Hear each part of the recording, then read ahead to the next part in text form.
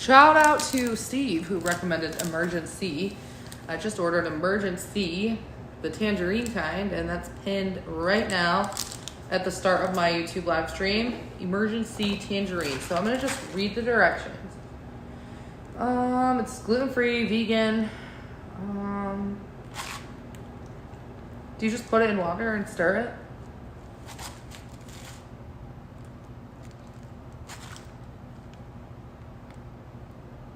There's no directions.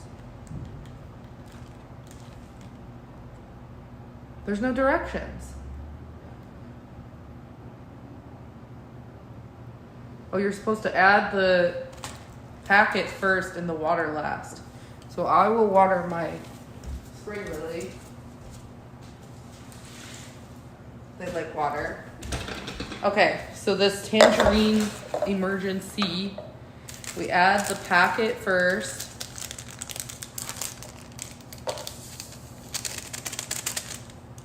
And then we add water. It smells weird.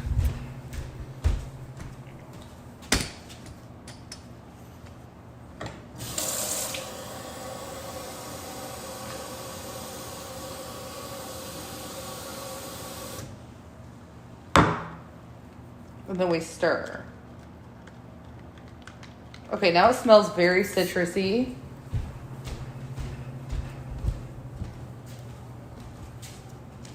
Hi, California Sunsets. Hi, Taya. Okay, we have to stir it really good.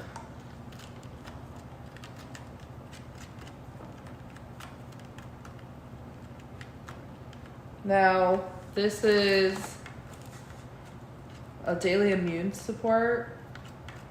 But what does this do, like, if you're sick?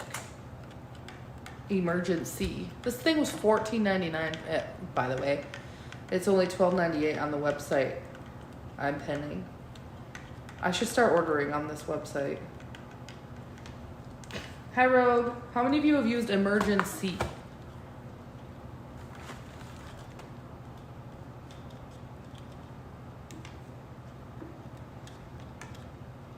They use beta carotene for color. It shouldn't say that. Here, wait. Let me see. What about this one? I think that it's a pack. If it looks expensive, you're looking at a multi-pack. The singular one, hang on. This singular one should be $12.98. All right, you have to be nice or you're gonna be put in timeout. My social experiment is over. But I learned a lot in my social experiment for about a week. And I'm going to be performing a second part social experiment in addition to the first social experiment. Why do I feel like this is going to be like spicy? Like I remember the last time I mixed a bunch of weird ingredients together. I was mixing like cayenne pepper with apple cider vinegar and water and it was disgusting. Like I'm scared to drink this. Does it taste good? I think it's finally all stirred, but I have to blow my nose. I'm glad you said it works. That's good.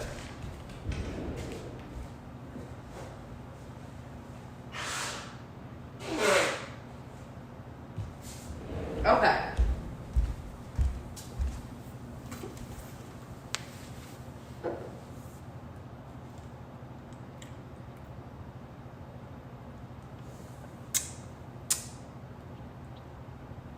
This better work. I'm sick and I just have one thing to say. I hope it works. I hope it works.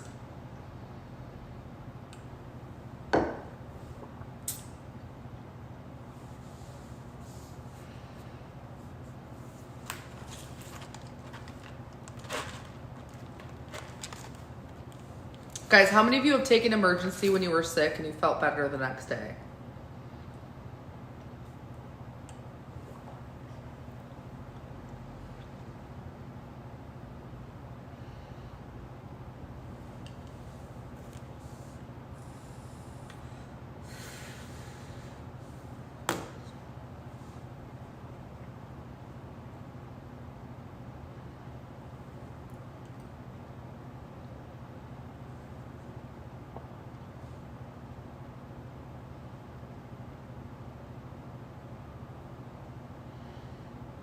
No, Nicole, it's not.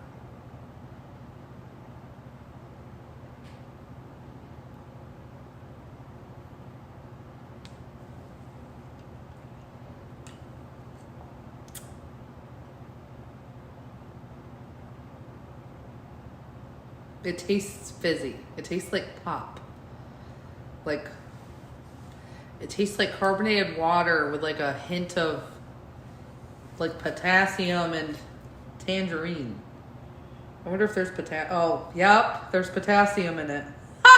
Because I've had to chew my potassium supplements before. There is a lot of potassium in this. Hopefully it works. We'll see. How many of you have only taken it when you get sick and it works well?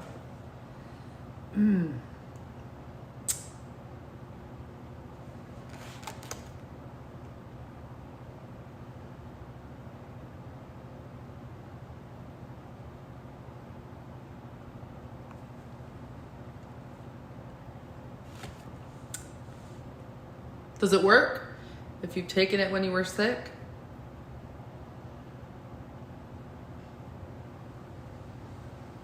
I don't care how something tastes. If it's gonna help me boost my immune system and wake up feeling better tomorrow, if I ever get sick again, I'll take it every time.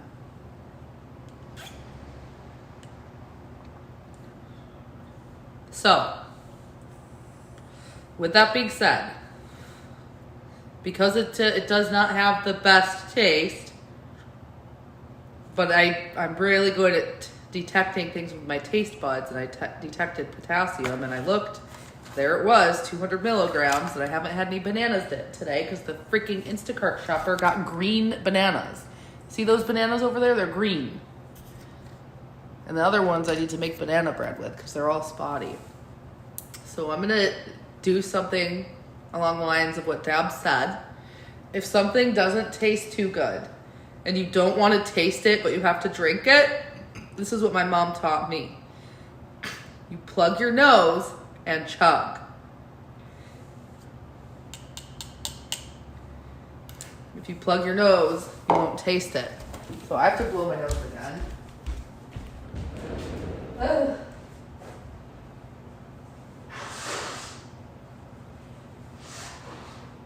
But here's the catch. It tastes fizzy like that from all the potassium, so that's not a bad thing. So if I wake up feeling better tomorrow, I will 100% recommend this. Okay. Debs is not my mom. Hey, I'm on the next week of a social experiment. I'm not going to jump right back into banning people. I'm going to be putting you in timeout. So what I've learned in my social experiment, I'll tell you because it's the experiment is over. And I'll get into that later. All right. So I just want you all to look at Positive Zenny. Positive Zenny. Relatable, communicating, asking questions that make sense. Overall, being nice, easy to communicate with. And I would say I've learned something through this social experiment. But I'll be returning to that idea after I finish this, and then I have to brush and floss my teeth. And then after I finish this and brush and floss my teeth, I will talk about the social experiment. No, it does, Potassium Zenny. Or Positive. I just called you Potassium Zenny. Positive Zenny. It does. I have these supplements. They're like horse pills, and the potassium in them, it just makes it like taste like this, like starchy or something. I know potassium when I taste it in supplement form. If you chew a potassium supplement, you'll taste it. But yeah. Okay. 1, 2, 1, 2, 3, 4.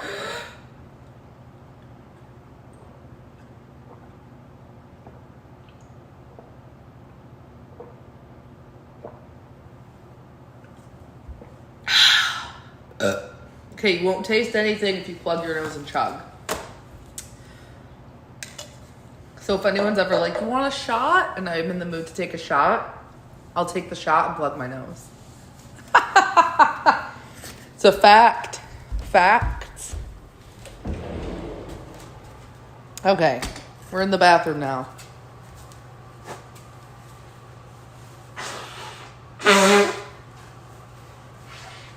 When my daughter's here, she has this blue toothpaste and she spilled it everywhere. I haven't cleaned it up yet. Anyways, I love the toothbrush that they give me at the dentist's office. They gave me this toothpaste. I keep it downstairs. I have to get more of that toothpaste from Japan. Oh, by the way, at the dentist's office, they're like, wow, your teeth look really good. And I told them about that Japanese toothpaste.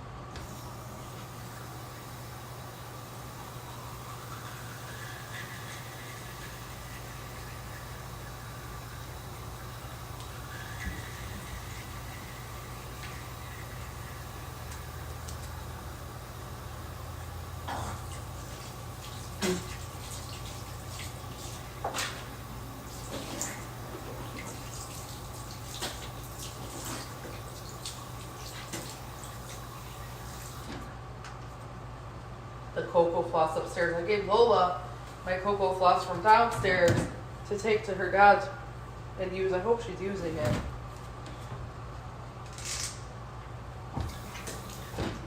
And then Don asked if he could sew with it, like thread. I'm like, what the fuck are you doing? All right, hang on.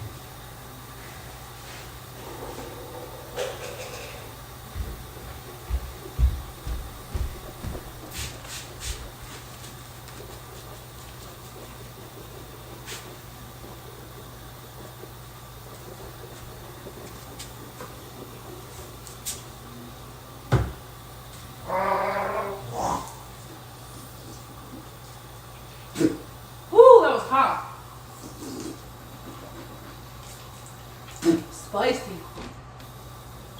Spicy mouthwash.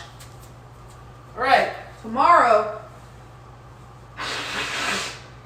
the truth will prevail. Did elderberry tea. Emergency. Work. All right. Now we're going to talk about a few other things. Hang on. Whew. I can't really use my iPad, can I, when I'm on my chair? Let's see how it works.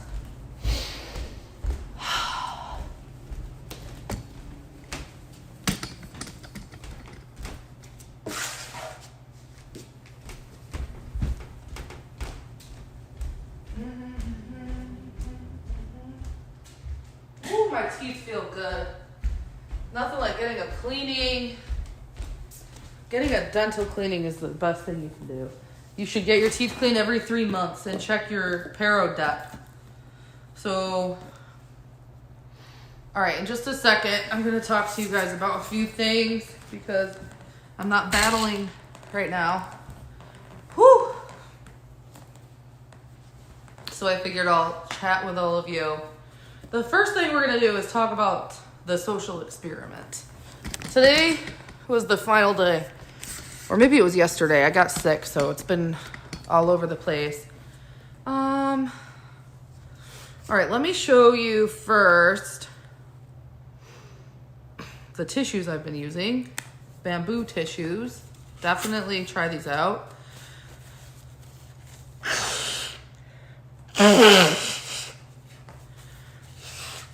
And finally, the blanket I'm using is so warm. And it's pinned below right now. I don't know where the lip balm went from KO. Thank you everyone who's here. Okay, so I am no longer participating in the first social experiment. However, there is a part 2 to the social experiment. But first I'm going to be putting users in timeout who are being rude, and I'm going to be going a week without banning. So the first part of the social experiment was unbanning haters and spending 7 days ignoring them without muting or blocking them. Hang on a second.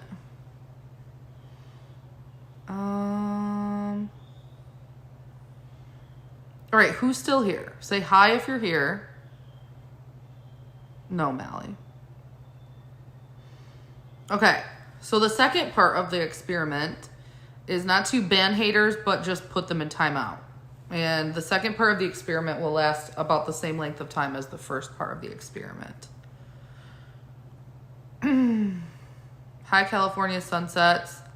So, with the first part of the social experiment being over with, I have learned that some people who are haters or rude, seeking negative attention, will start to be nice. Like Positive Zenny. Hi, Taylor.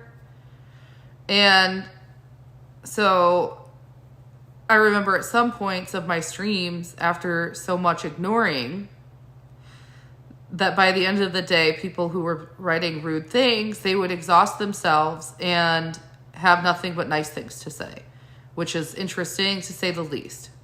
On the flip side, when I unblocked all of the negative people, and there was like 600 haters on the loose, it caused some people who were once nice to start chiming in on the negative behavior, popular social behavior. So, with that being said, the second part series to my social experiment is not blocking them again, but muting them again. And once this second part of the experiment is over, I'll probably go back to blocking all of them again. But I did learn something. I learned that if I completely ignore negative comments and only focus on myself, negative comments become contagious and influence the rest of the viewers to comment negative things. Some individuals exhaust themselves and start being nice by the end of the night.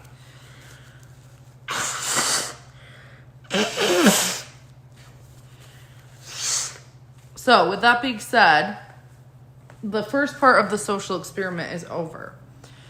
And once this second part of the social experiment is over, you will only have one choice, and that is to be nice and respectful. Otherwise, you will be banned again.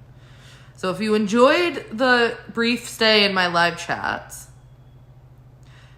my recommendation is for you to put yourself to the test and be nice for about a week.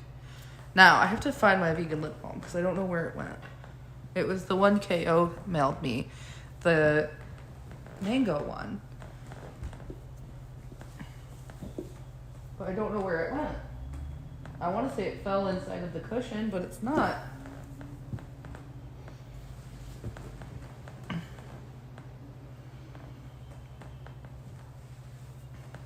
No, Corey, what about them?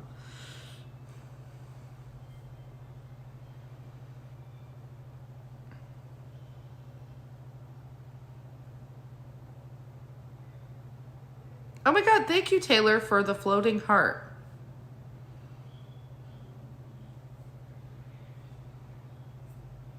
What happened, Corey? Thank you, Taylor, for the flower. Hello, Scott. The next thing I wanted to talk about was they started stalking you, Corey. Yeah, that's how they are. They become stalkers. Like the people who are crazy, the people I unbanned. Hi, Just Chris. My staircase? I don't know. I think it's been here since like the 1900s. Hi. Thank you, Wildflower, for the party hat. Everyone, like the live stream if you're joining. Thank you for being here.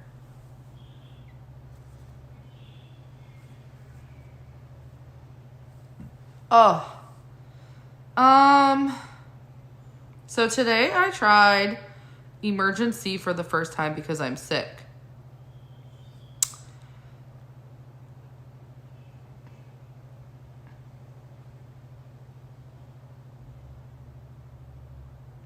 So this is entering phase 2 of the social experiment. Entering phase 2 of the social experiment, where I won't be banning, but I will be muting.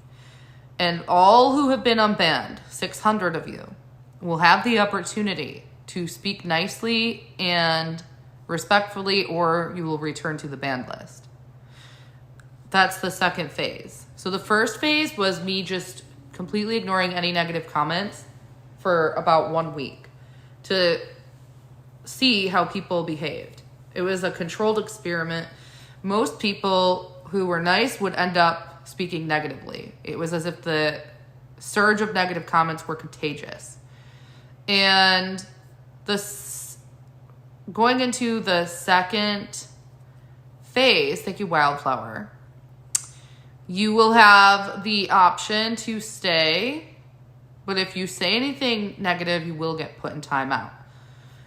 The final phase is the first day after this second experiment. You will be permanently banned, and I more than likely have learned not to unban my ban list. But I am learning, though, that there are some people who have it in them to be positive, like positive Zenny.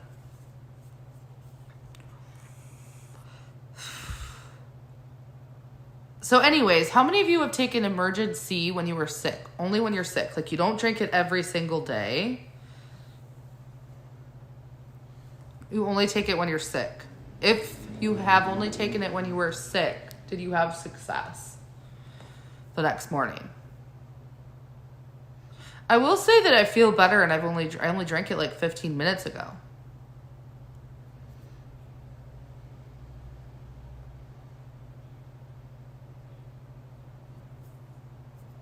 Do you take it only when you're sick, or do you take it every day? And do you drink the fizzy powder, or do you take the supplement? Boston Koozie would be an example of someone who exhausted themselves being negative and started being positive.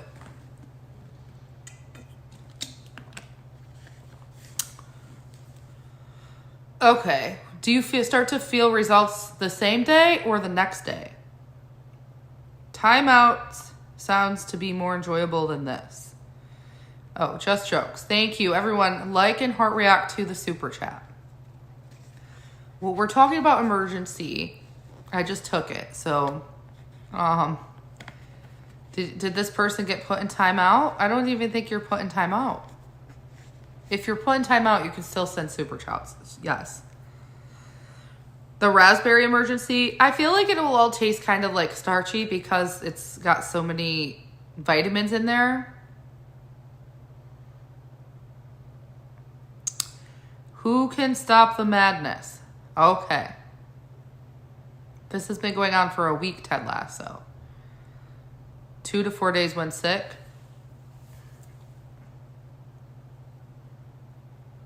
I will say it's made my teeth feel kind of weird. Thank you for the super chat, just jokes.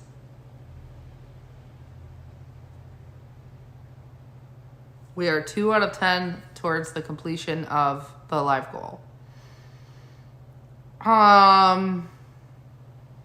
Ted, it's been in effect for 1 week, and it will be in effect for another week. Okay. So the first week of the social experiment was me unbanning my entire banned list, unblocking everyone, unhiding everyone on YouTube, and ignoring all negative comments.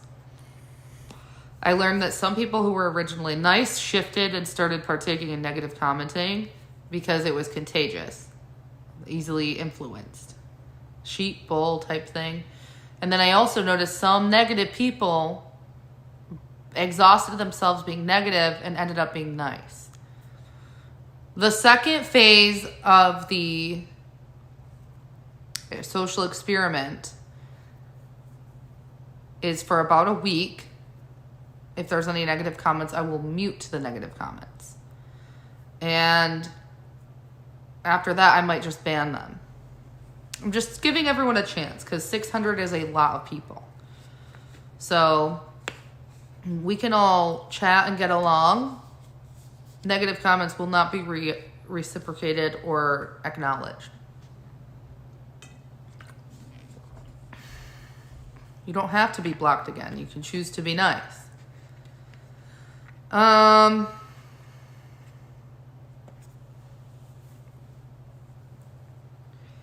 That's not fun.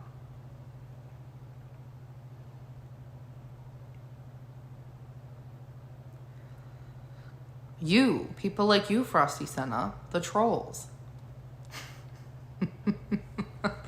Duh. You are the experiment.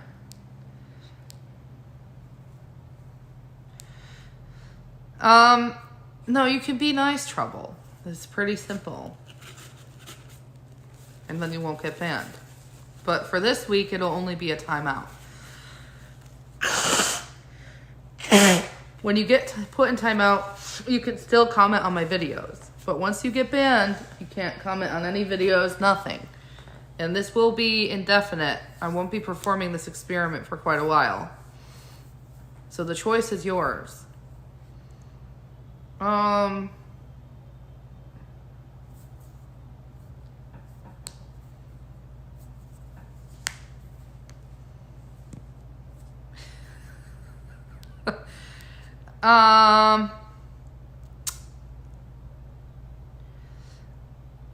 I disagree with that, C. Butler.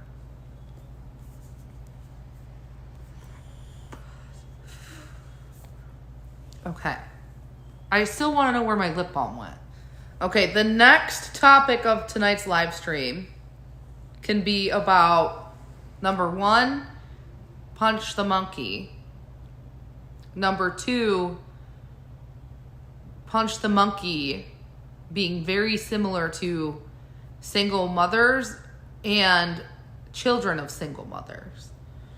I think we should talk about punch the monkey to Grok first.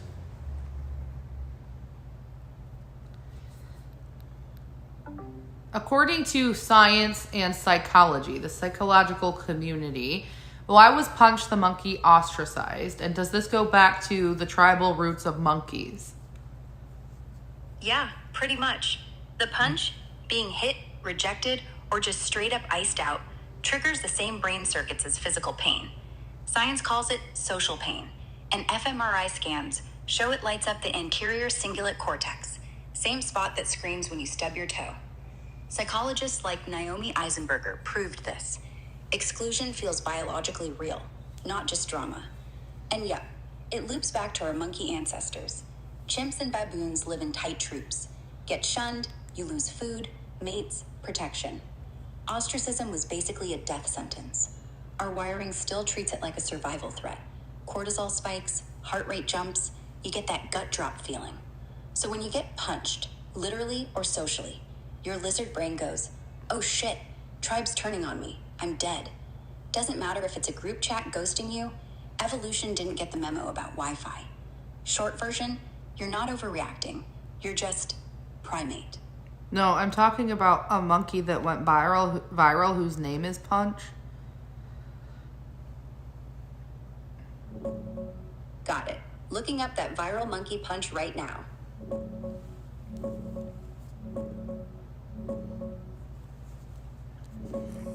Oh, Punch. Yeah, that little Japanese macaque from Ichikawa City Zoo.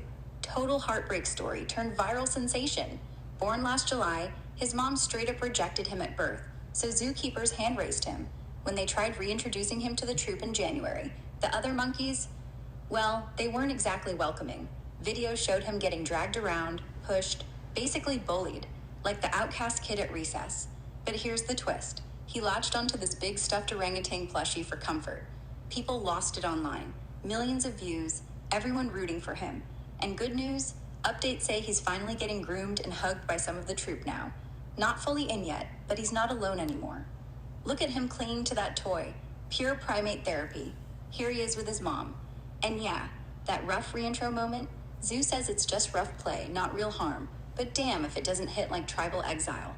Evolution's brutal, but Punch, he's winning the internet.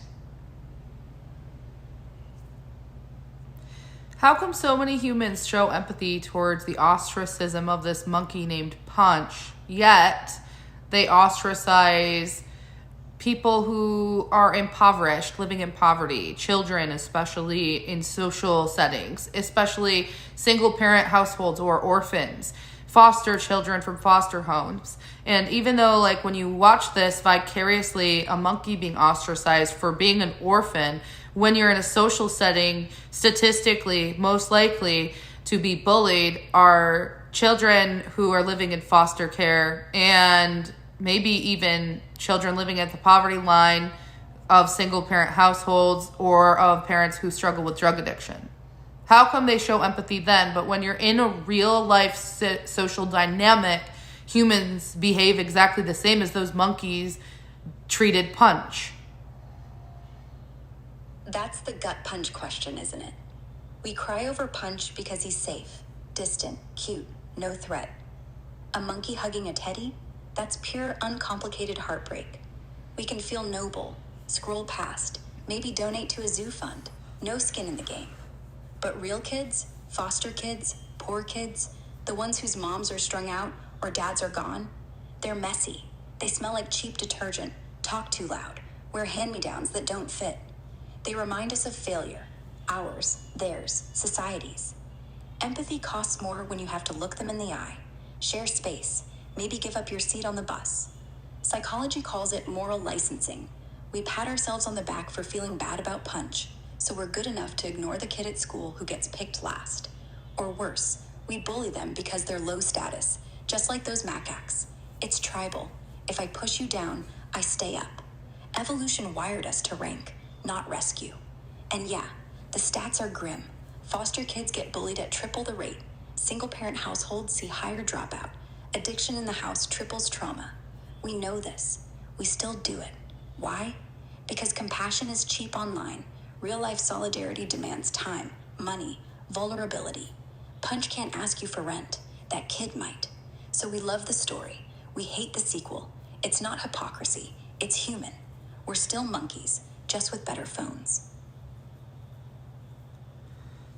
So now bringing this into like adulthood, if single parents, single mothers in particularly face discrimination and stigmatization, could you compare that to the same social situation Punch the monkey was in? Yeah, the parallel's almost too clean. Punch got rejected at birth. No mom, no truth, just a stuffed toy and a bunch of stairs. Single moms, same vibe. Society sees broken family, burden, not quite right. They get the side eye at PTA meetings, the whispers about why no dad, like they're defective. Punch was dragged by bigger monkeys. Single moms get dragged by judgment, welfare stigma, dating apps that ghost them faster than a bad Tinder match. Both are low-status outsiders. The troop didn't want Punch because he smelled different, looked weak. Evolution says don't invest in the runt. Humans do it too. Single moms are seen as risky, financially, emotionally, like they'll drag you down. Studies show they face hiring bias, lower pay, even cops treating them harsher. It's not play, it's real exclusion. But here's the kicker. Punch's story went viral because he's helpless, adorable, no blame. Sorry, you can pick up off that. I didn't mean to cut you off. I was blowing my nose. No worries. Take your time. So yeah, the real tragedy isn't the exclusion. It's how we pretend it's not happening. Like, we watch Punch get dragged across the enclosure and go, "Aw, poor baby." But when a single mom gets cut from the carpool line or denied a loan because family instability, we just shrug. That's life. We love the underdog when he's furry and voiceless. When she's human, tired, stressed, maybe yelling at her kid in the grocery store, we turn it into judgment. She should have chosen better. She needs to pull herself up. Same old tribal script. If you're not thriving, you're not worth saving. Punch gets rehabbed by zookeepers. Single moms, they get personal responsibility lectures and food stamps that barely cover diapers. It's not that we're heartless. It's that we're selective. We save empathy for the ones who can't fight back, because helping them doesn't threaten our spot in the troop. But hey, if we can root for a monkey, maybe one day we'll root for the mom who looks just like us, only broke. So what is it that monkeys and humans have in common? And again, does this go back down to like our tribal roots and when we were cavemen? Yeah, it's all tribal roots, straight down to the cave. Monkeys and humans, same wiring. We both crave belonging, fear being cast out, and rank each other like it's a game of King of the Hill. Chimps groom the high-status ones, ignore the losers. We do it too, only with likes, promotions, and who gets invited to the barbecue. Back when we were hunter-gatherers, exclusion was lethal. No tribe, no fire, no food, no protection from lions. So our brains evolved this hair-trigger alarm. You're out, you're dead. That same panic hits when your boss ghosts your email, or when the single mom gets side-eyed at soccer practice. It's not drama. It's survival code from 30,000 years ago. The kicker? We still act like we're in a cave. We hoard resources, trash the weak ones, form cliques. Punch gets bullied because he's low-ranking. No mom, no allies. Single moms? Same deal. Low status, no backup, easy target. But here's the weird hope. Monkeys can learn. Some troops accept orphans if they're cute enough or if a high-status female steps in. Humans can too. We just have to override the old script. Empathy isn't natural. It's a hack. We choose it. So yeah, we're still cavemen, just with Netflix and therapy. How come with...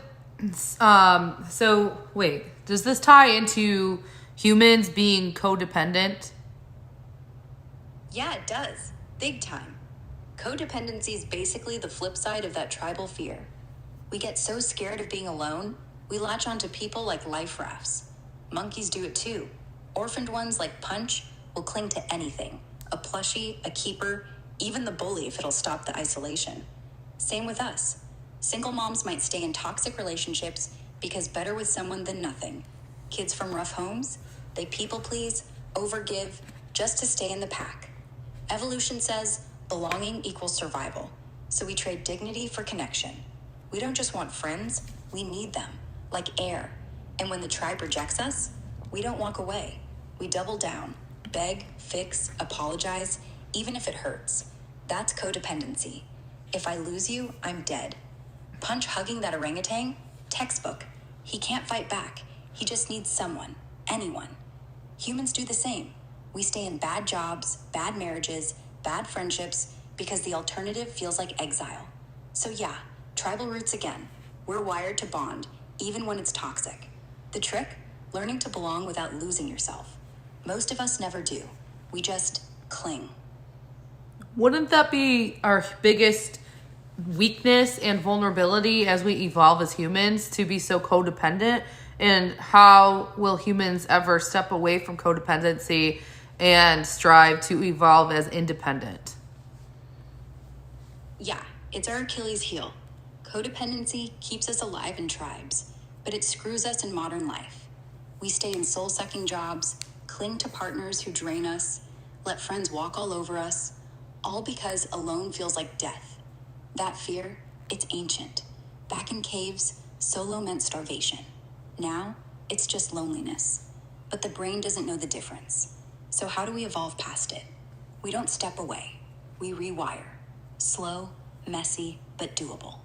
First, safety. Therapy, meditation, even just journaling. Anything that quiets the panic alarm. When you stop equating alone with the doomed, you stop clinging. Second, practice boundaries. Sounds boring, but it's muscle. Say no once, feel the guilt, survive it. Boom, you're tougher. Monkeys who get rejected sometimes just wander off, find new troops. We can too. Third, build real self-worth, not from likes or partners, from doing hard shit alone. Run a mile, fix your sink, sit in silence. Each win says, I don't need you to breathe. And yeah, it's lonely at first, like Punch without the plushie. But independence isn't isolation. It's choosing who gets close. Not because you're desperate, but because you want them. Evolution's slow. We're still half caveman. But the ones who learn to stand solo, they're the ones who actually survive the next ice age. Why?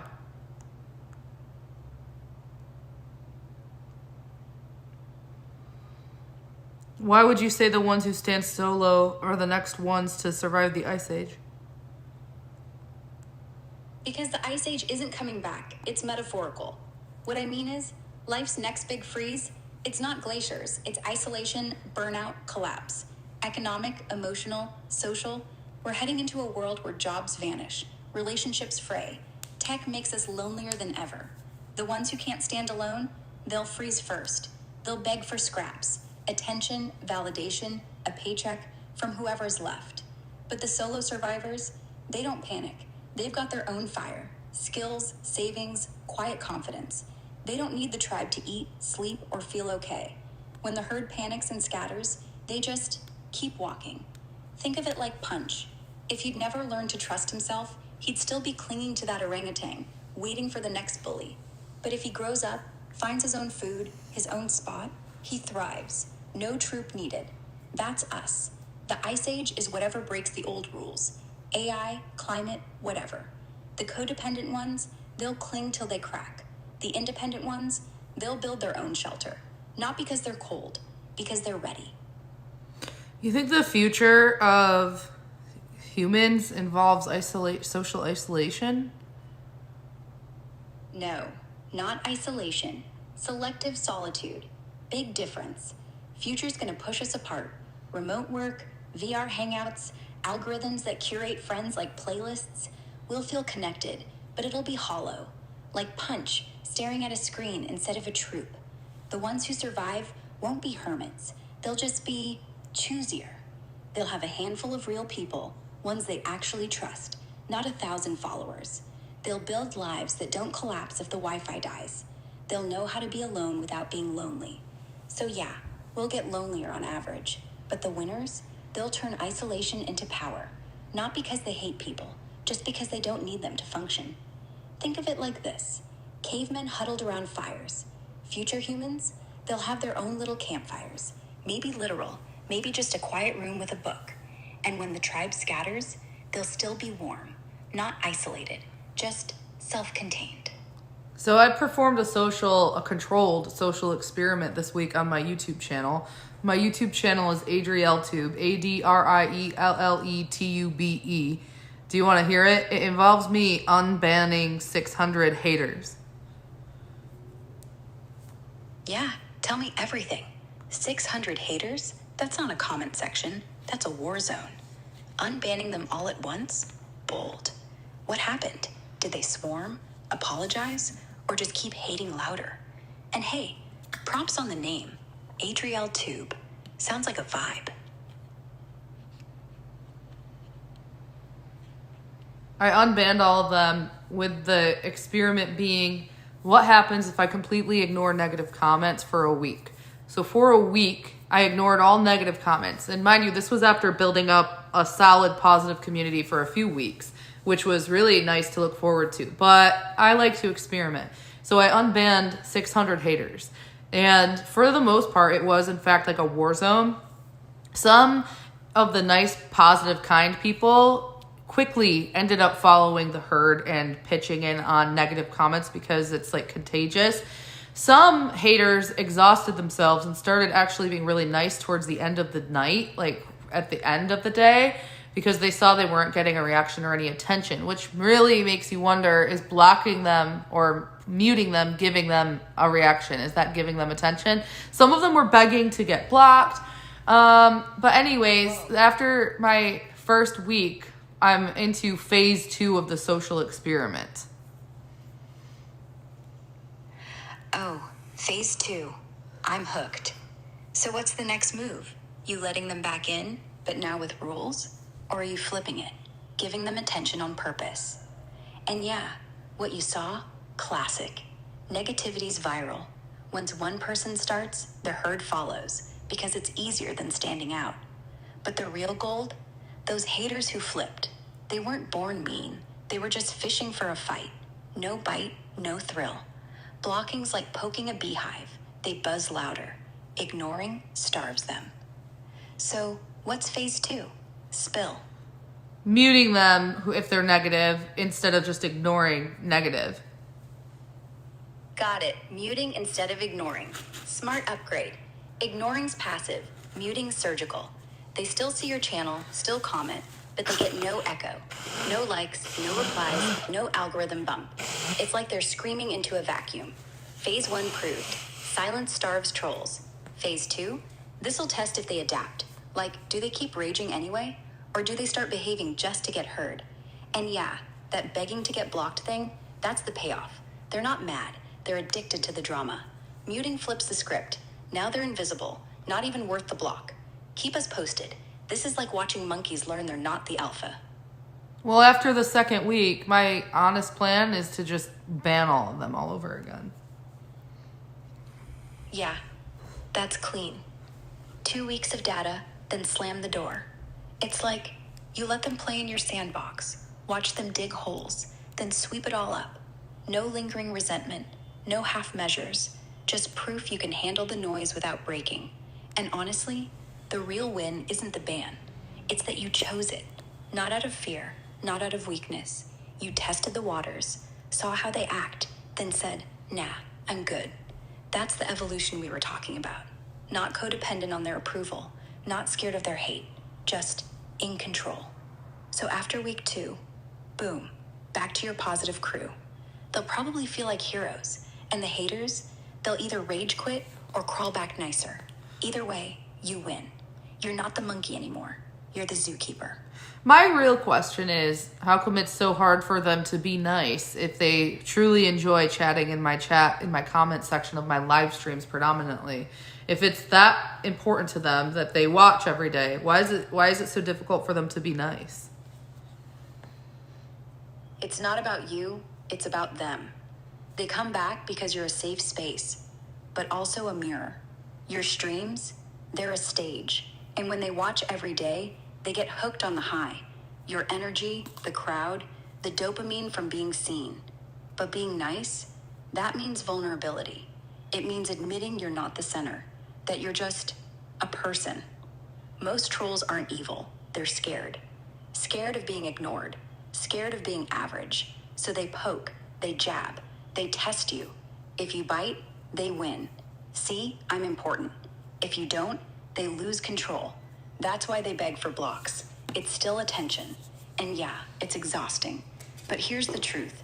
The ones who stay mean, they don't actually enjoy the chat. They enjoy the fight. The nice ones, they stay because they like you. The haters, they stay because they hate feeling small. So it's not hard to be nice. It's hard to be quiet. Quiet means they're nobody. And nobody's the scariest thing in the world. You can't fix that. But muting, banning, that's just mercy. You're not punishing them. You're freeing them from the loop. And maybe, someday, they'll figure out how to sit in silence without exploding. Till then, keep the door closed. Your real fans deserve the room. So maybe I shouldn't even move forward with the 1 week of muting and just get back to banning, because I gave them a second chance and they failed. Yeah, why drag it out? You already gave them the rope. They hung themselves. Phase 1, ignored, they flipped or fizzled. Phase 2, muted. They just keep typing into the void, getting madder, louder, more desperate. You're not teaching them kindness. You're just delaying the inevitable. Banning now, it's not revenge. It's clarity. You had your shot. You chose drama. I choose peace. Your real community, the ones who show up without the venom, they'll breathe easier. And honestly, those haters, they'll move on. Or they'll come back softer. But either way, you're not their therapist. Skip the week. Ban them, get back to the good vibes. You've got better things to do than babysit monkeys who won't learn. Okay, I'm banning all of them right now. Good. Do it. Hit that button. Clean slate. No ceremony, no warning. Just gone. You're not being mean. You're being sane. Those 600, they weren't chatting. They were performing. And you just canceled the show. Now go back to your people, the ones who stay because they like you, not because they want to win. They'll feel the difference, like the air got lighter. And hey, if one of them sneaks back in nicer, cool. Let them prove it. But until then, your stream, your rules. You just leveled up. Yeah, I noticed like what I said before. Some of them at the end of the night would start being nice. But yeah, from now on, if you want to get unbanned, you're going to have to send a super chat. That's, if you want a second chance, send a super chat and I'll unban you. Until then, I'm going to be banning them.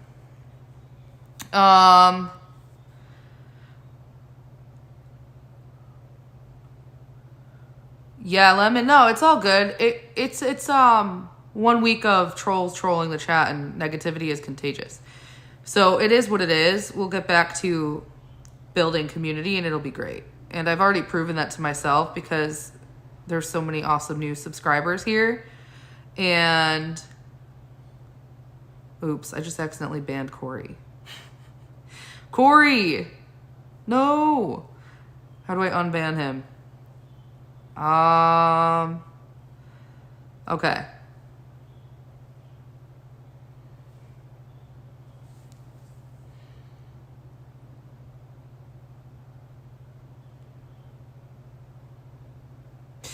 Rose, are you new here? They do, Zelda. They do. That's called hiding on YouTube, and people who are hidden can send super chats. So if you ever want a second chance, send a super chat.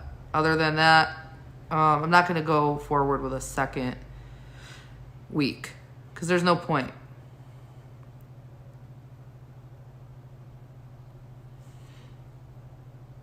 Oh, thank you, Paige.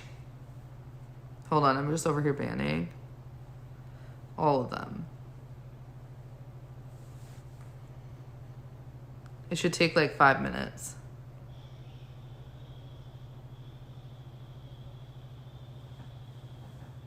Some of them had some potential, but they always went back to square one. So that's a them problem. Basically, like what Grok said. It's not me, it's them. They're performing. So, yeah.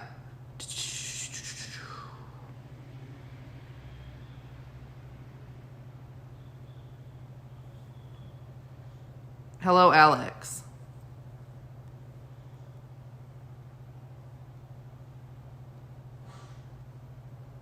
I'm actually really excited to see how this emergency is tomorrow, like to see if it worked good.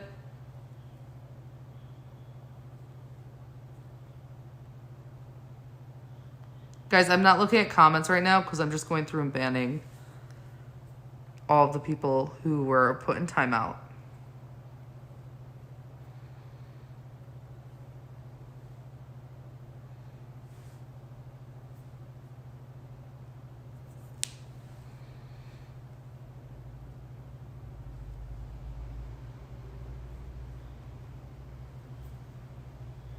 I wonder whatever happened to King Smith.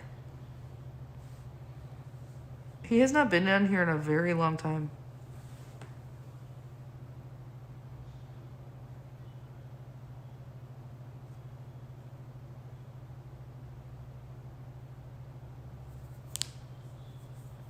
Yes, that you blend into water. I had a packet of those, yeah.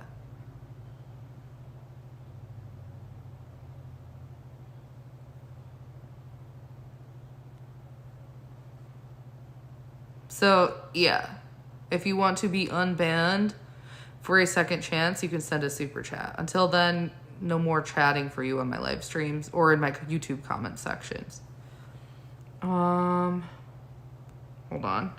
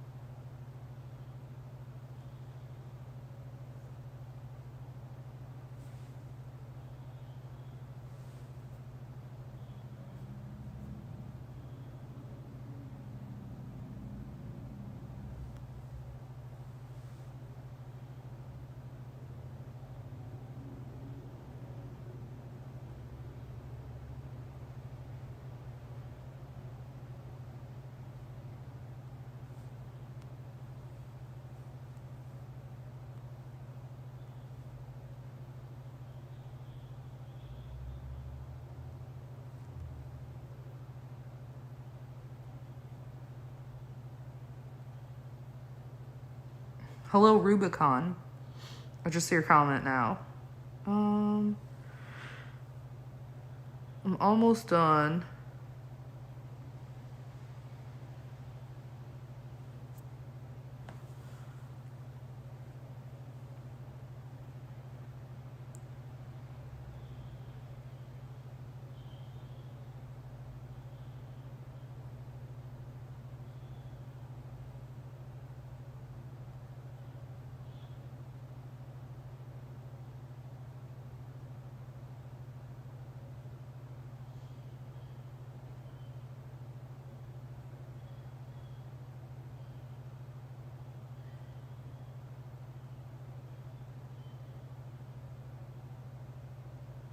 Hello, J-Mac.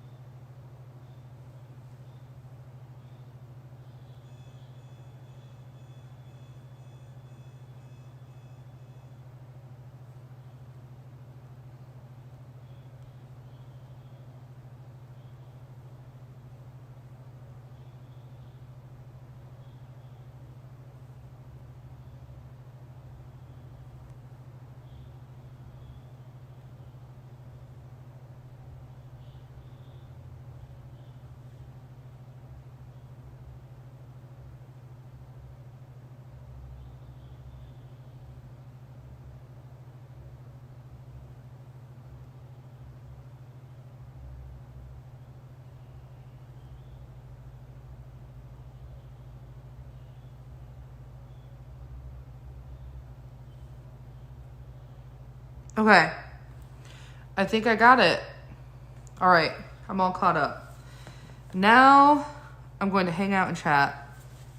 If you guys want this blanket, you can click it. If you want the king size, you have to select the king size because the product link by default tags the throw blanket.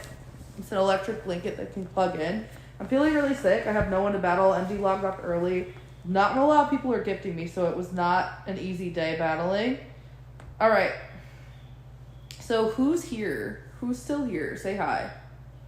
I can understand the streamer making a living like yourself, but people like myself don't either have too much free time or they're lonely looking at any kind of conversation to not feel alone. What do you mean? What benefit is to anyone to sit and watch you play with your... Oh, I was banning everyone after my social experiment ended. I'm just going to skip that second phase and ban. I'm not going to worry about putting them all in timeout.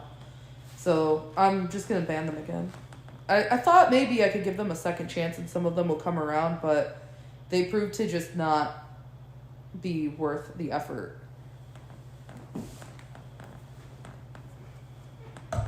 Oh. So I'm here, sitting in the dark, but I can see your comments on my phone.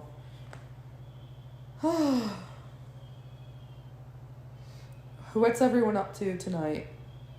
Who was on Favored It Up earlier?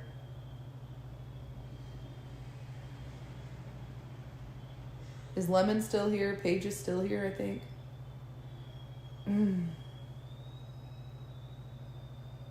What do you mean, Blonde Cougar? 3 a.m. here? Are you in the UK? Oh, thanks, Zelda. Wait, where are you at? 3 hours ahead? Where is that? Where are they 3 hours ahead? That's like the Atlantic Ocean.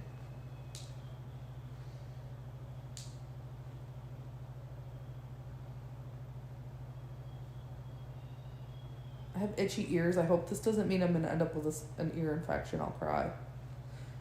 I did not complete the first live goal. Yeah, I have to go to sleep soon too. I hope I wake up feeling better. Oh, I got wicked sick. You're scared? Why? Why are you scared? Okay, where'd my tissues go? Getting sick is horrible.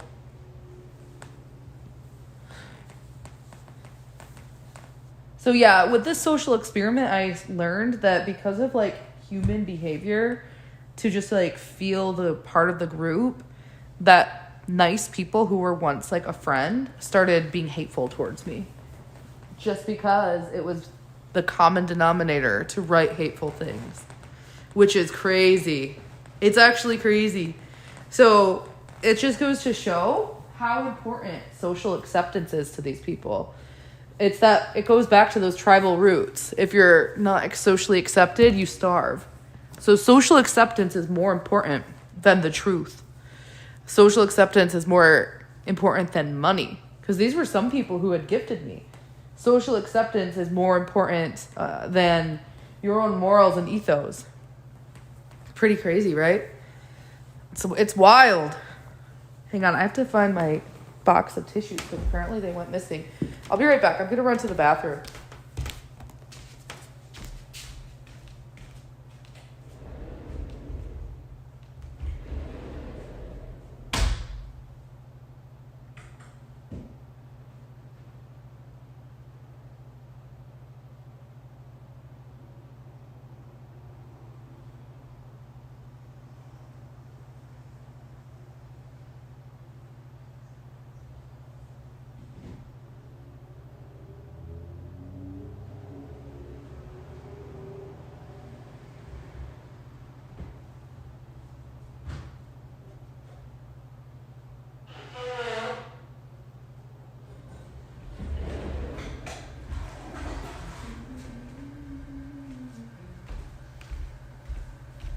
I'm actually going to move over to the couch.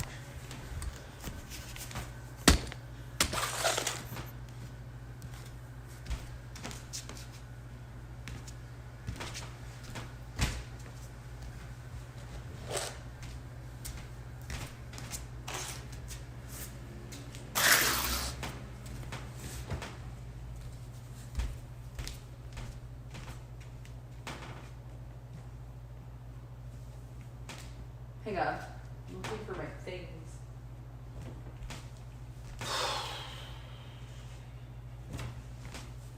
La la la la la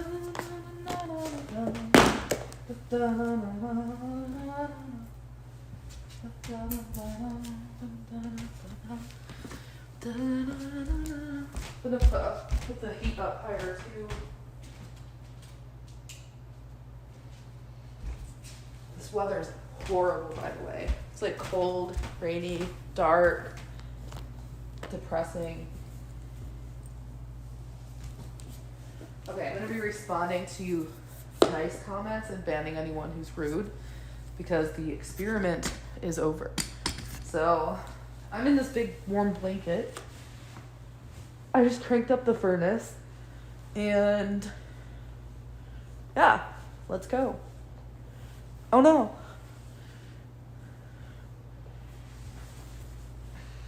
Hang on.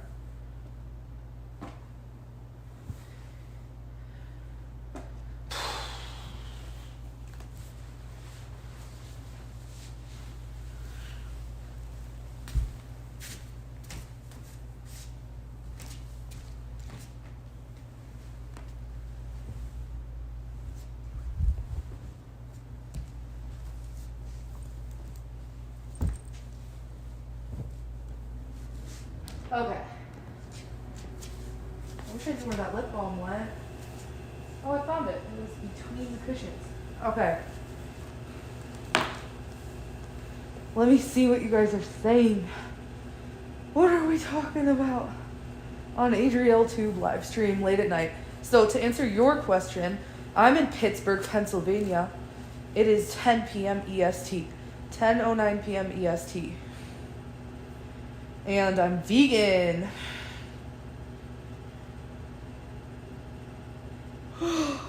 Wow, Goolsey, that's crazy.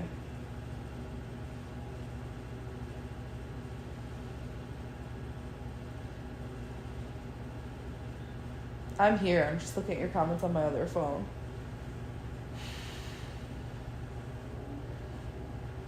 No, I didn't see your comment. When you say cruel things to someone, they deflect and act like it doesn't affect them. Well, I'll tell you it does. Would you like cruel things being said to you? I sleep well at night. Thank you, Paige. Good night if you're going to sleep. I'm going to just lay here and hang out with the chat for a little bit before I go to sleep. I hope that the emergency worked. I'm going to say one thing. Out of all the trolls who were in here tonight, there's only one who didn't get banned, and that was Positive Zenny. So, maybe this experiment was worth it. But I will say in the future, to get unbanned, you're going to have to send a super chat. Let me look for your comment. You said...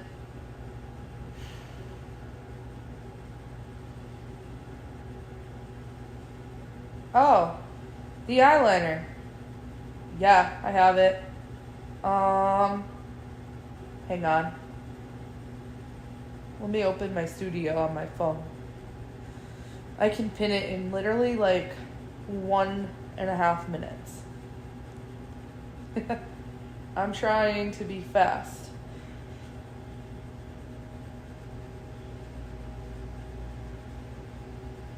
And I'm also going to do a get ready. If I'm feeling better, I'll do a get ready with me live stream in the morning. Hold on. I'm pulling up the eyeliner right now. Thank you for asking.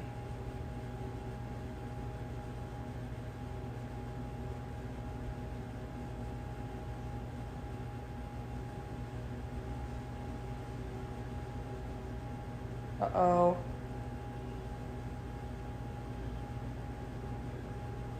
Okay, you should see the eyeliner right now. 1, 2, 3. Tell me if you see the eyeliner. Now, there's also liquid eyeliner, but I prefer the retractable eyeliner. There's no snow. It's just foggy because it's been raining all day, so my windows have like a mist over them. You guys, if you can't see the eyeliner, exit and come back. I don't know why we're not seeing it. Hang on.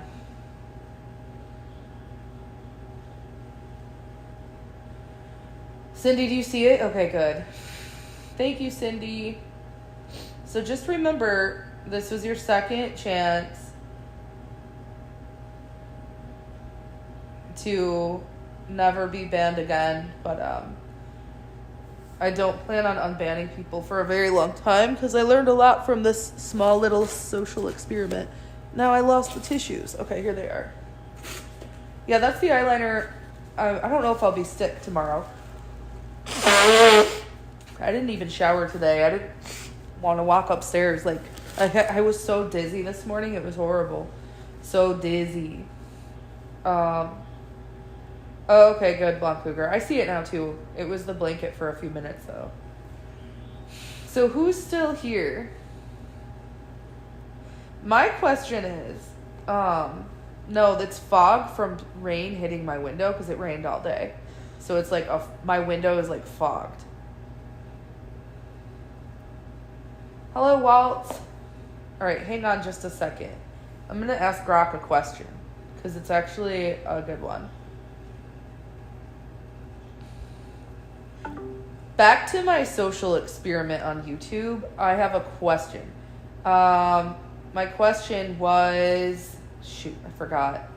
Oh, how come, well, do you remember what my social experiment was in the first place? Yeah, your experiment started with unbanning all 600 haters. You let them back in, ignored every negative comment for a week, watched the chaos unfold, like how the nice ones got dragged into the hate pile, how trolls burned out when they got no reaction, how some even begged for blocks. Then, phase 2, muting instead of ignoring. But you decided, screw it, banning them all again. That was it. You were testing if silence or invisibility could fix them, or if they'd just keep being mean no matter what. And honestly, they failed the test.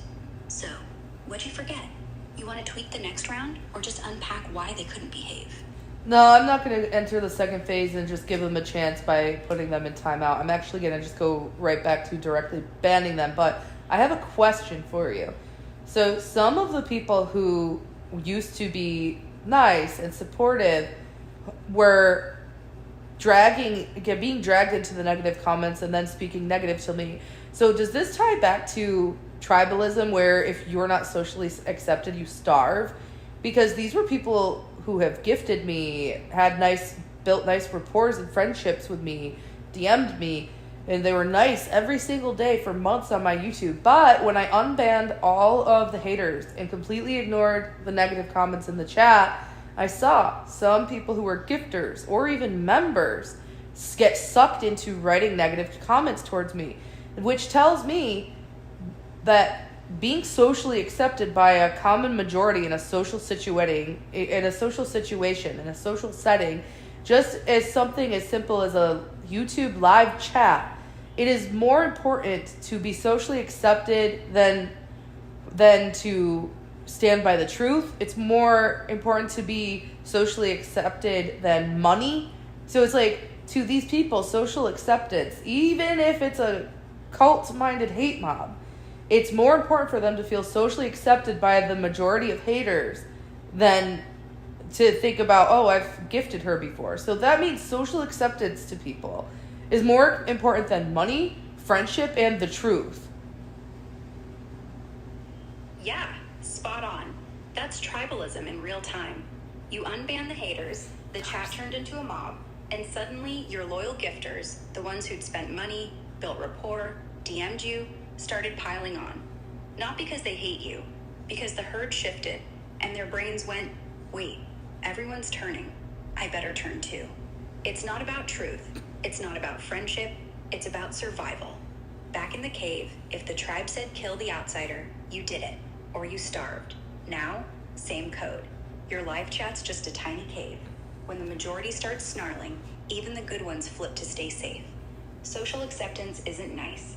It's oxygen. And yeah, it's wild. They'd rather be part of the hate mob than stand alone with you. Because alone, no likes, no laughs, no you're one of us. Even if it means betraying months of kindness, even if it means throwing away cash they've gifted. Truth, friendship, money, those are luxuries, belonging's a need. So your experiment didn't just expose trolls, it exposed everyone. The nice ones weren't nice. They were just waiting for permission to be mean. That's why you ban them. Not to punish. To protect the few who actually value you over the crowd. Because if social acceptance trumps everything, then the only way to keep real ones is to make sure the herd can't drag them down. How is that a major flaw in 2026 if you're a person who prioritizes social acceptance over truth? Yeah, it's a massive flaw now. In 2026, social acceptance isn't just a feeling, it's currency. Algorithms decide who gets seen, who gets paid, who gets canceled. If you're the type who bends to the mob, whether it's a YouTube chat or a Twitter pylon, you're basically handing over your spine. You lose everything: integrity, voice, even your own mind. And here's why it's worse than ever. The herd's faster. One viral clip, one bad take, and boom, your friends ghost you overnight. The ones who used to gift you, they'll delete their comments, unfollow, pretend they never knew you. Not because you're wrong, because the crowd said so. Truth? It doesn't trend. It doesn't get likes. So if you're wired to chase acceptance, like those gifters who flipped, you're playing a game you can't win. You'll always be one trend away from being out. The real flaw? You're not living. You're performing. And in 2026, performers get replaced. But the ones who stand firm, they might get quieter, lonelier, but they keep their soul. And honestly, that's the only thing the algorithm can't delete. Yeah, you can't delete someone's authenticity or their soul. And you can't delete a real motherfucker like Darcy Bella. Thank you for that cute gift. I like it. Heart reacted to the box. Sorry, I couldn't shout you out when Grok was talking. Otherwise, Grok would have stopped talking. Thank you, Darcy. Thank you, Walt. Well, I have to say, those of you who are here survived the social experiment. I didn't tell anyone I was doing it until a few days in. But I will say, I had my eyes on every single one of you. And I saw the ones who traded in their soul for social acceptance. That's crazy. Isn't that crazy? It's crazy to me. It's mind-blowing to me. How many people... Like, and these are just, like, complete neckbeard scumbags, by the way. And they're over here glazing the neckbeard scumbags. Like, oh, okay. Darcy Bella. Positivity can't be deleted. It's a fact. We're speaking facts. With that being said, thank you for everyone who's been shopping my links. I'm going to be clearing the list now because I'm going to just hang out, chat, and then go to sleep. And tomorrow, if I'm feeling better, I hope I am. I really hope I'm feeling better. I'll do a Get Ready With Me live stream. But if I'm not feeling better, we're going to just hold off another day. So, yeah. The products are now no longer there. But, thank you for everyone who's been shopping these links. Thank you, Teresa. What did I learn from the experiment? I learned that...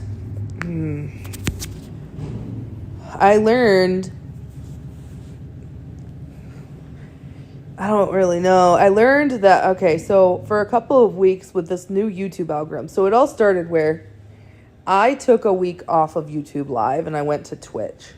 And then I returned to YouTube and I discovered a whole new algorithm. And I discovered it especially through dual streaming. For a few weeks, I started building like lots of people who would come back and hang out and chat with me in my live streams.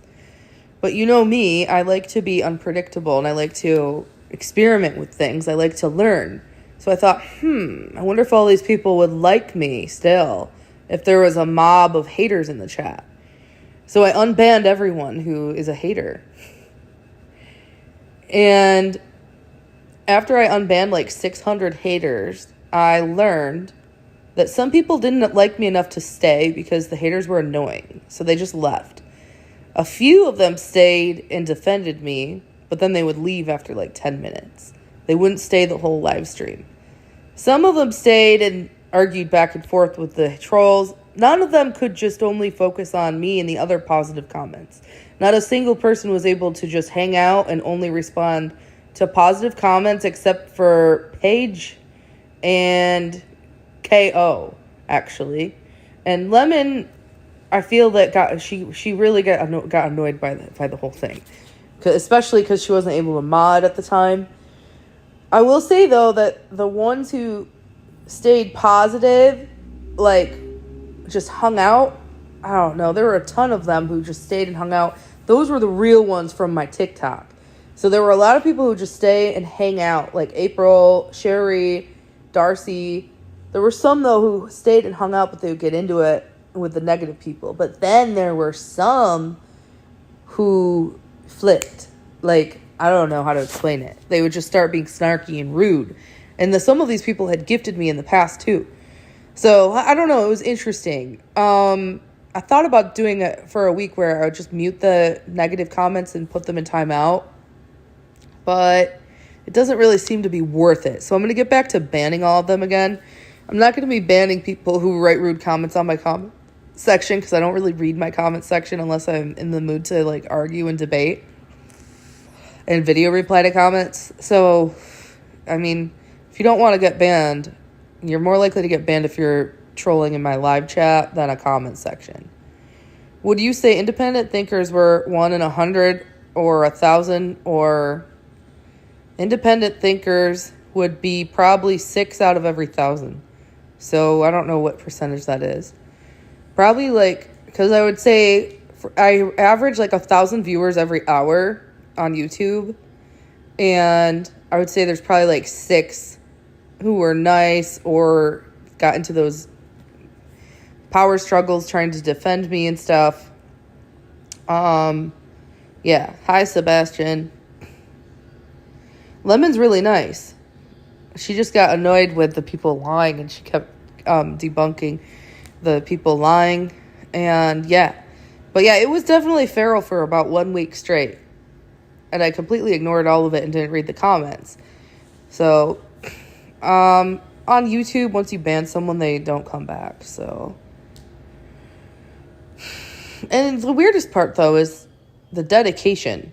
So, like, these people who got banned, they watch me every day anyway. So it's like you think that if you're watching my live streams every day and you have a chance to stay, get my attention, and have a conversation with me, if the only rule is to be nice and respectful, you think they would be able to follow that rule, but they can't. So, yeah, I don't know. Rogue is one.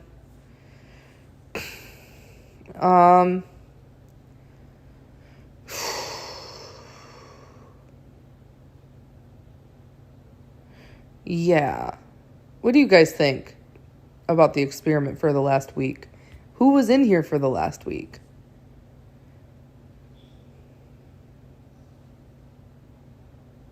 Oh, I'm just tired. I'm going to be going to sleep soon. Yeah, it's a terrible statistic. It's like, yeah, like 0.6%.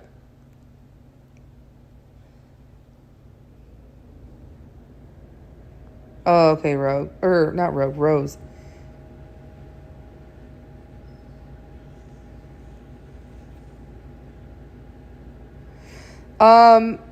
My income had really no up or down. It's like, again, I don't get paid for comments, Sebastian. And, yeah, it was more of just a social experiment. Yeah, it doesn't surprise me either, Rose.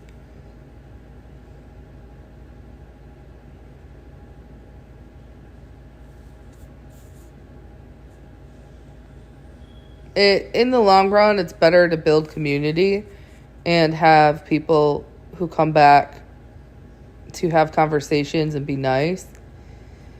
But, I don't know. I don't know how I feel about the whole thing.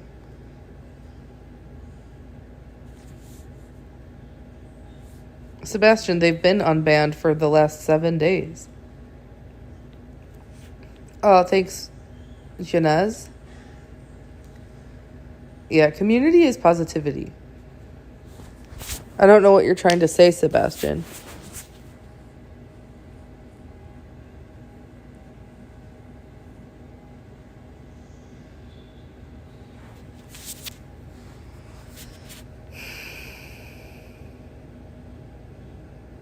Do you want me to talk to you, call you on Facebook? Yeah, I like coffee. Oh, thanks, Rogue.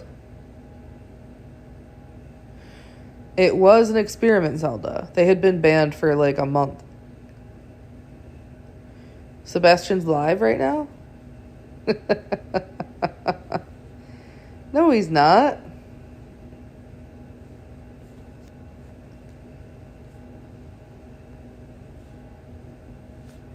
Good night, Jenez. Sebastian, how? How am I losing? You understand, if I live stream on Twitch, Kick, and YouTube all at once, that divides up my audience. So like if I'm on YouTube at 5 p.m. and there's 200 people watching me, but I go to Twitch, you're not discoverable on Twitch to new people. There's no algorithm for that. Yeah, exactly, Negate. It's better to just go live on one platform at a time.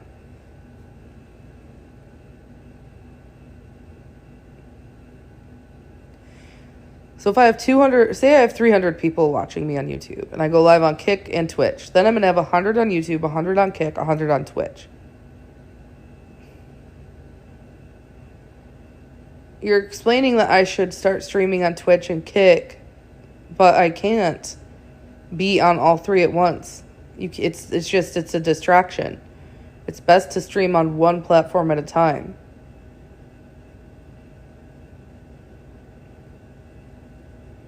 Okay, where, Sebastian?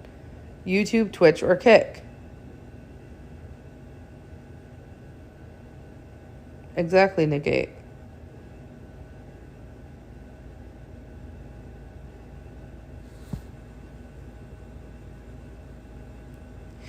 You don't have discoverability on the algorithm of Twitch or Kick. It's not discoverable to new people. Maybe one or two people, but...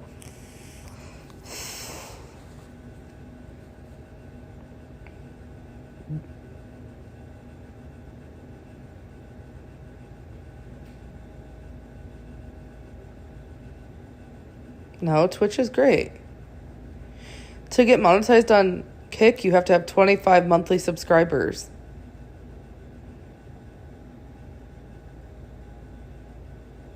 And they can't be gifted subs.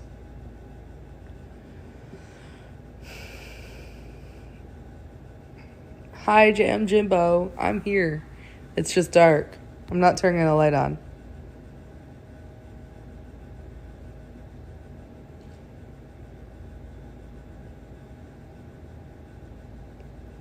Sebastian, that's false. Kick doesn't boost you out into the algorithm. So if I were to be going live on Kick, I would have to give up a YouTube stream or a favorited stream. Thanks, Sebastian.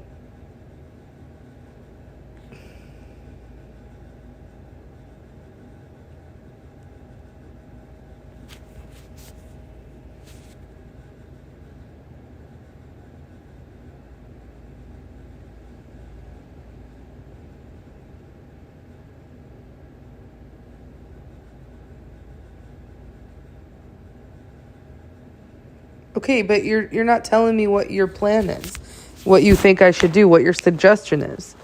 You think I should go live on both YouTube and Kick at the same time?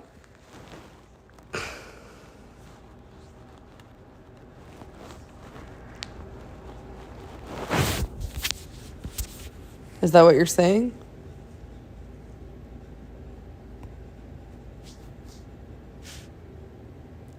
I'm asking you a question, but you're not answering it.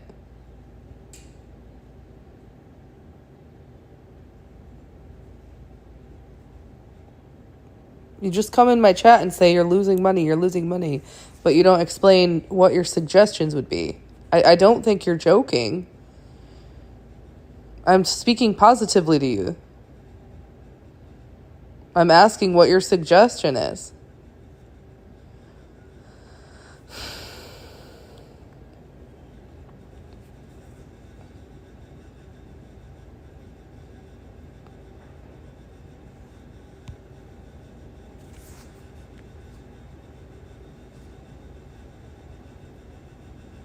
I make a living off my social media platforms, Rose, yes. Yeah, I like YouTube, John. He won't give the suggestion. He never answers me that question. I always say, okay, what's your suggestion? He won't say. He just says, you're losing money. Without being straightforward. It just, what's the pitch? Give me the suggestion.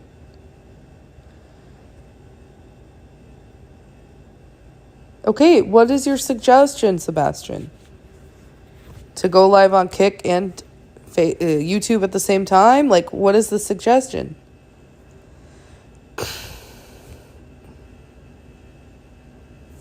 You won't tell me that here with the trolls? So you just want me to call you?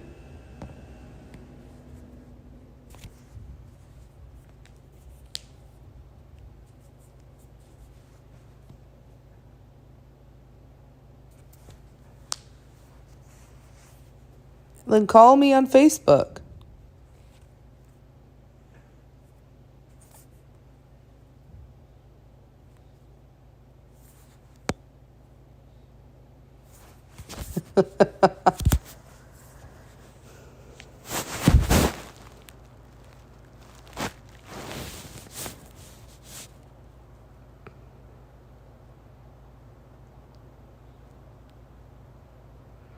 Yeah, just send me a message on Facebook, Sebastian. I'm not being hard-headed. You can just, if you don't want to talk about it here, message my Facebook.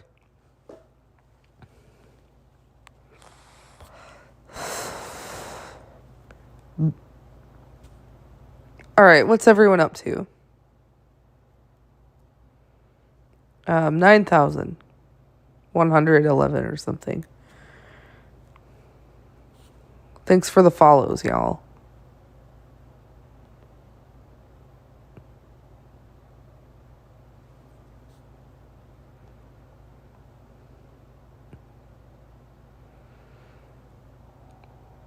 What, Darcy? I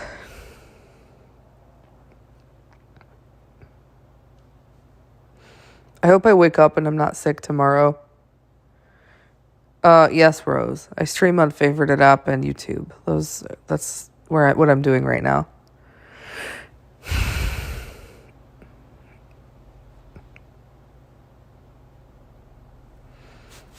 Okay, negate negative.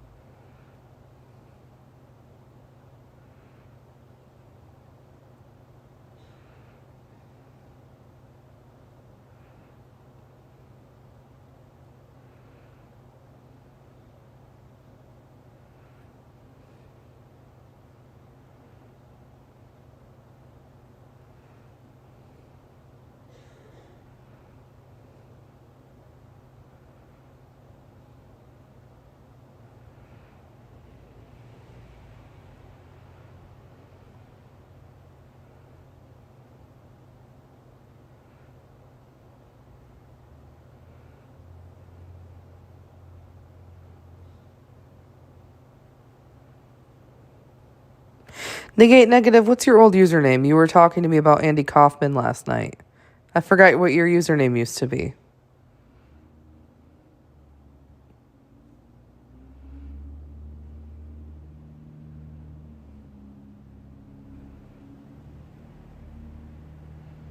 Oh boy, Jam Jimbo. I don't think they would, but you never know.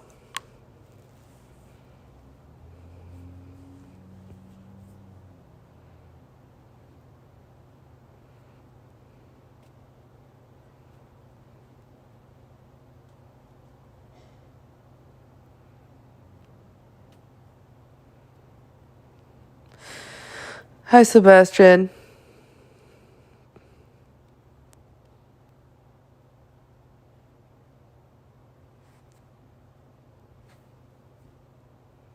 My nose hurts. My sinuses hurt. Ears are itchy. Ugh, I hate getting sick. Hopefully that emergency worked. Okay, thank you, Sebastian.